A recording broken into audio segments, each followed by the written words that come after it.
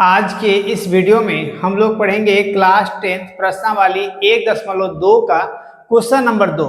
इससे पहले question number 1 हम लोगों ने पढ़ा, इसका उदाहरण भी हम लोगों ने पढ़ा है। आज जो हम लोग क्वेश्चन करेंगे, सिद्ध कीजिए कि 3 + 2√5 एक अपरिमेय संख्या है। ठीक है, क्वेश्चन नंबर 2 है।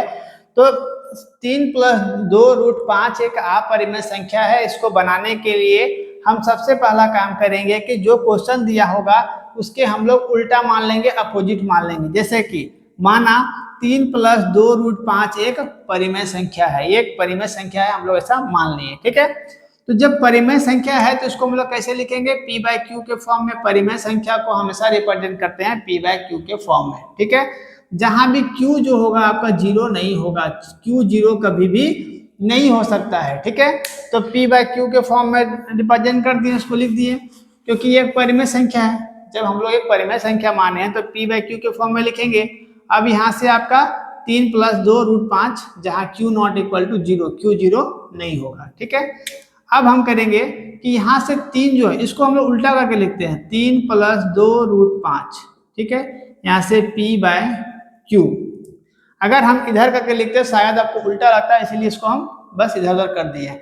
अगर यहाँ हम दोनों इक्वल टू में, इसका मतलब क्या है? दोनों भी बराबर है। अगर 2 यहाँ पर लिखे हैं तो 2 यहाँ पर लिखे, तो इस 2 को इधर लिख दें या इस 2 को इधर लिख दें, इससे कोई फर्क पड़ने वाला नहीं है। दोनों को हम क्या किए हैं?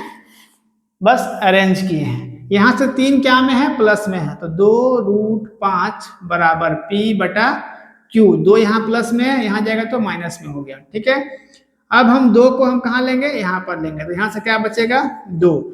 यहाँ 2 मल्टीप्लाई में है, इसको डिवाइड में ले जाना है, तो क्या करेंगे? इक्वल टू P/ यहाँ से 2Q, यहाँ से बटा में 3/2। देखिए ये 2 क्या हुआ? दोनों में गया ना, यहाँ पर भी जाएगा, क्योंकि ये मल्टीप्लाई से डिवाइड में जब गया है दोनों के लिए ना होगा, तो ये 2Q और यहाँ से /2 होगा। ठीक है, अब यहाँ से आपको देखना है कि P/Q के फॉर्म में है दोनों, ये दोनों ही क्या में है? P/Q के फॉर्म में है, मतलब ये परिमेय संख्या होगा।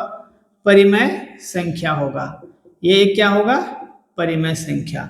और जो 5 है ये अभाज्य गुणनखंड होगा, मतलब ये क्या होगा? एक पूर्णांक होगा। पूर्णांक या भिन्न भी हम लोग बोलते हैं। ठीक है, पूर्णांक होगा। तो क्या कभी भी पूर्णांक और परिमेय संख्या बराबर होता है? नहीं होता है। कभी भी पूर्णांक और परिमेय संख्या बराबर नहीं हो सकता है। तो हम लोग लिखेंगे कि देयरफॉर पूर्णांक अथवा परिमेय संख्या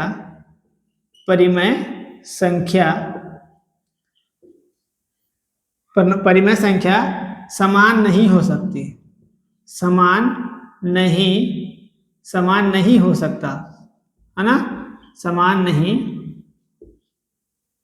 होता है ना, होता है लिखेंगे। ठीक है, कभी भी पूर्णांक अथवा परिमेय संख्या जो है वो समान नहीं होता है, जिसके कारण हम लोग लिख सकते हैं अतः मेरा रूट जो 3 + 2√5 है, ये क्या होगा? एक अपरिमेय संख्या होगा, या फिर अपरिमेय संख्या है। ठीक है, क्लियर हो गया होगा कि सबसे पहले हम लोग क्या किए हैं कि एक परिमेय संख्या मान लिए हैं। उस परिमेय संख्या के एजम्पशंस को हम लोग क्या किए हैं? गलत साबित कर दिए हैं। तो जब गलत साबित कर दिए, परिमेय संख्या नहीं होगा, तो कौन संख्या होगा? ये 3 + 2√5 एक अपरिमेय संख्या होगा, है ना। बनाने का तरीका ये हमेशा 3 नंबर क्वेश्चन में आता है, तो इसको ज्यादा लॉन्ग नहीं करेंगे, शॉर्ट क्वेश्चन में इस तरह से आपको बनाना होगा, तो पूरा का पूरा मार्क्स आपको मिलेगा, है ना।